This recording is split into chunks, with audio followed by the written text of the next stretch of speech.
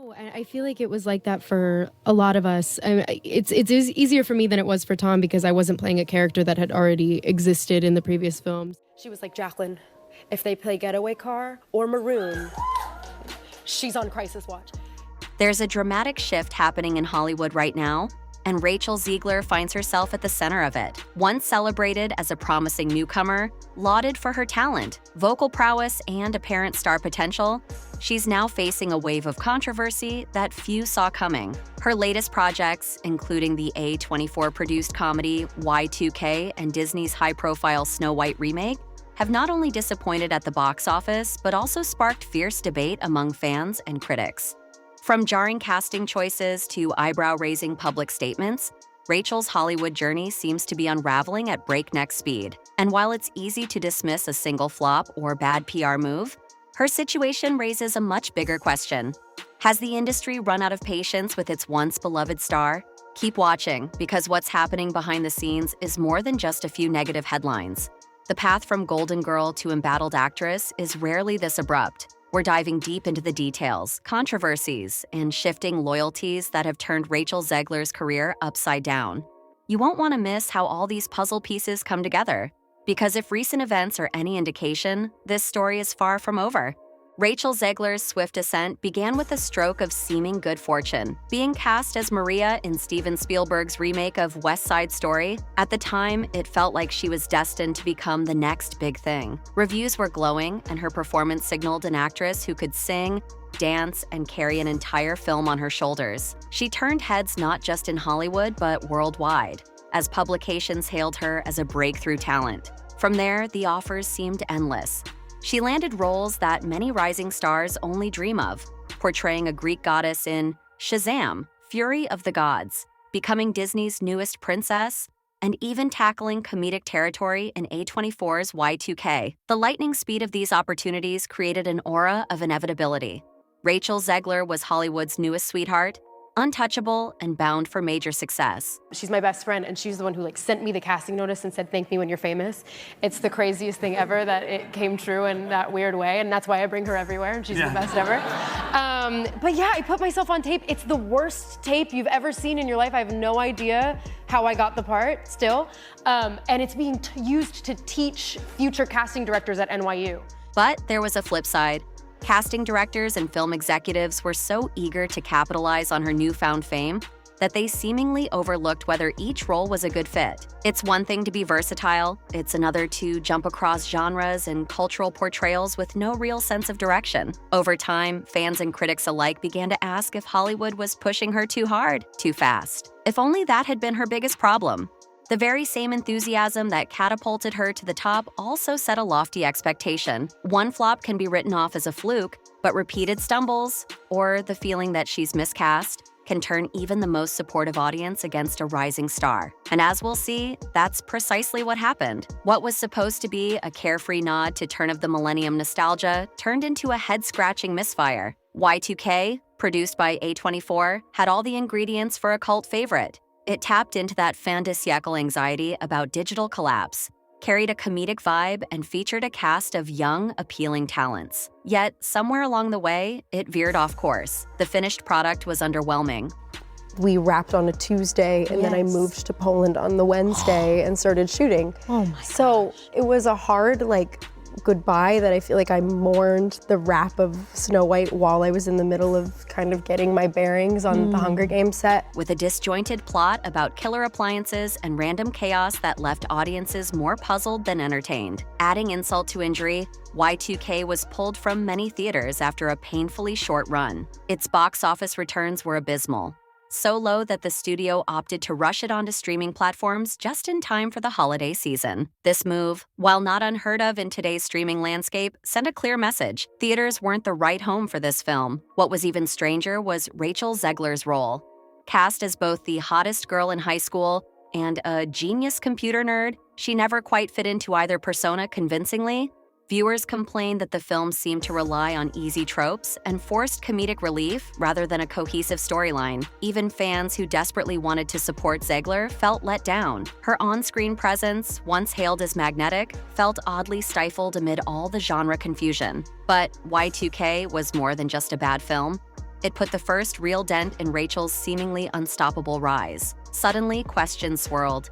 Could her star power alone no longer guarantee success? Or was it that the public was starting to tire of seeing her everywhere, often in roles that didn't make sense? Whatever the reason, Y2K became a glaring warning sign that the honeymoon phase was over.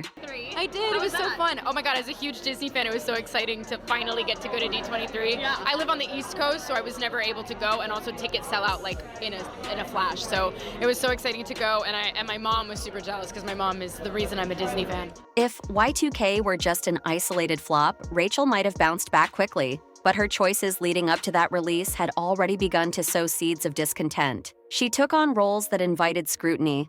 The ancient Greek goddess Anthea in Shazam! Fury of the Gods, and even her portrayal of Snow White, a German fairy tale character. Meanwhile, she continued to reference her own background as half Colombian, half Polish, a heritage that didn't always match the characters she was playing. Some fans argued this was a testament to her versatility, but skeptics saw it as Hollywood's awkward attempt at checking boxes without considering authenticity. Add to that her outspoken presence on social media, where she demanded payment for every hour her work was streamed, and you had a recipe for public relations trouble. Critics labeled her statements as entitled, while supporters said she was simply championing fair compensation in a changing industry. Controversies weren't limited to casting or pay disputes. Rachel also didn't shy away from discussing cultural complexities, openly questioning how Hollywood viewed her identity.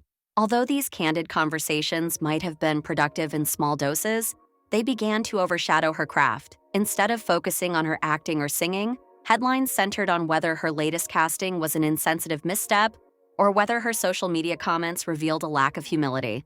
By the time Y2K officially hit theaters, Rachel's public image had already taken a beating. The film's failure only fanned the flames, giving critics new ammunition and prompting fans to wonder if she was part of the problem. As it turns out, that was just the beginning of the storm. Of all her controversial roles, none has attracted more ire than Disney's upcoming Snow White remake. What was meant to be a fresh, modern twist on a classic tale has turned into a major PR headache for Disney.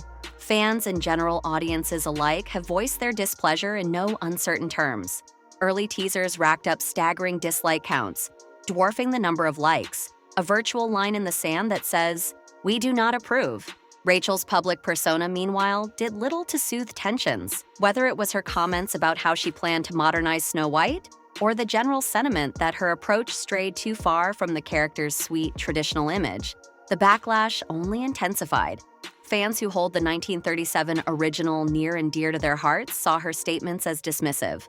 What was it like seeing yourself for the first time in full Snow White drag? I love that description. It's perfect. Oh my god, well, when you get to wear Sandy Powell, first of all, insane. And then you get to be lit by Mandy Walker. While those who were curious about a new interpretation felt her off-screen controversies overshadowed the production itself. As for Disney, executives found themselves in a bind. Reshoots reportedly ballooned the film's budget to over $300 million, given how poorly Y2K had performed. There was growing concern that Zegler was no longer a bankable lead for a high-stakes project, but it was too late to recast her. Disney had doubled down on this iteration of Snow White, believing that her initial star power would ensure success. Instead, they watched in alarm as the negative press multiplied and box office predictions took a nosedive. What makes it worse is the film's timing. With the entertainment industry in a state of flux, struggling to recover from global setbacks, Disney needed a guaranteed hit. Snow White was supposed to be a safe bet, but instead it's looking like a potential fiasco. And in Hollywood, a fiasco of this scale can make or break an actor's career. Hollywood isn't just run by movie moguls, it's driven by a synergy of studios, production houses, and an all-important press apparatus. Rachel Zegler was once championed by major publications. Her West Side Story triumph was covered extensively, and respected outlets ran glowing profiles about her bright future.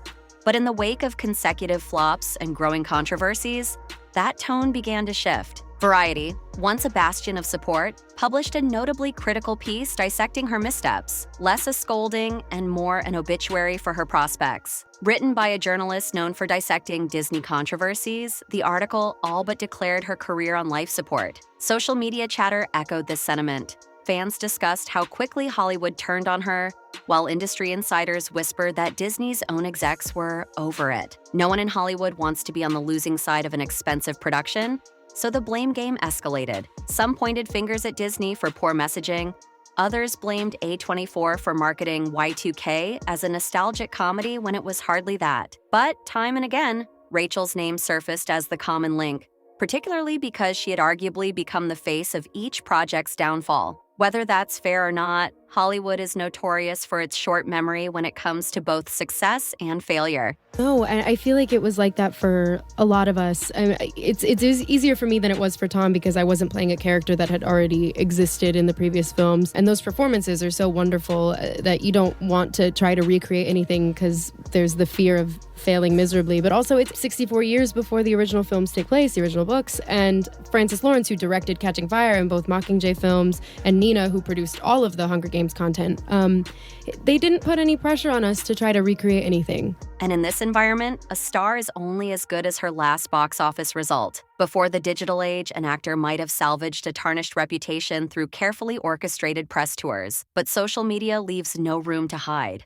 Rachel Zegler's Twitter and Instagram feeds have been scrutinized by everyone from casual fans to fervent haters, amplifying every offhand remark. She publicly discussed wanting hourly pay for streamed content, which inflamed people who felt she was out of touch, especially when her movies were underperforming. Comment sections on YouTube reaction videos exploded. Viewers pounced on her statements, painting her as ungrateful or self-absorbed. Even fans who defended her had to grapple with how harshly public perception had turned. Once the internet at large smells blood in the water, the wave of mockery can be relentless. Within days, screen caps of her interviews and tweets circulated with memes mocking her stance or accusing her of hypocrisy. This online sentiment didn't just stay on social media. Entertainment shows and podcasts picked up on the drama, inviting guests to weigh in on whether Rachel was a misunderstood talent fighting for her worth or just another Hollywood starlet who believed her own hype. By the time the chatter reached mainstream outlets, it was clear. Any veneer of untouchability she once had was gone. And as the online narrative grew more toxic, industry insiders took note, realizing that casting her might come with a built-in PR nightmare. At this point, studios hoping to attach Rachel Zegler to their upcoming films are facing serious concerns. Casting decisions are about more than talent. They hinge on public perception and potential profitability.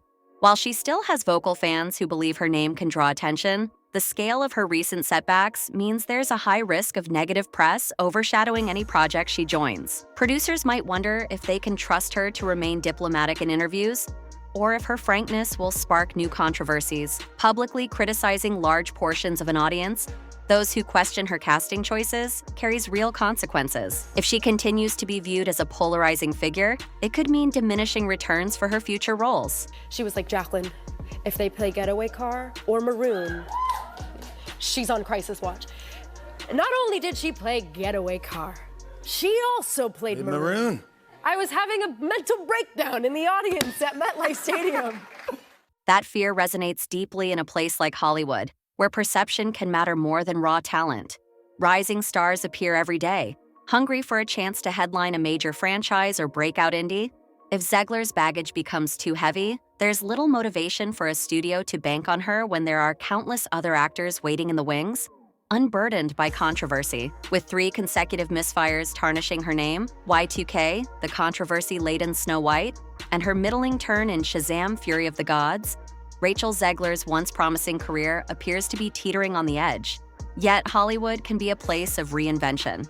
If she could find a director willing to give her a meaty, grounded role, something that allows her to display raw emotional range rather than typecast charm, there might still be a path to redemption. A single critically acclaimed performance in a smaller, character-driven project could shift the conversation, reminding audiences why they fell in love with her talent in the first place. However, that window for a second chance doesn't stay open indefinitely. With every new disappointment, her ability to attract top-tier opportunities dwindles. Worse yet, if Snow White bombs as badly as early projections suggest, it could become an albatross around her neck, defining her public image for years. That's not to say recovery is impossible. Some actors bounce back from even more notorious stumbles, but it typically requires contrition, growth, and a genuine willingness to learn from mistakes. Whether Rachel is prepared to take those steps remains to be seen. Right now, many in the industry are skeptical. Rachel Zegler's career serves as a cautionary tale about how quickly fortunes can change in Hollywood. One day, you're the industry's brightest new face with acclaimed directors at your feet. The next, you're the subject of unflattering headlines and endless social media rants. The saga of Y2K, compounded by the controversies around Snow White and her previous casting decisions, underscores just how delicate the balance between hype and backlash can be. At its core, her story reminds us that talent alone isn't enough to safeguard a career.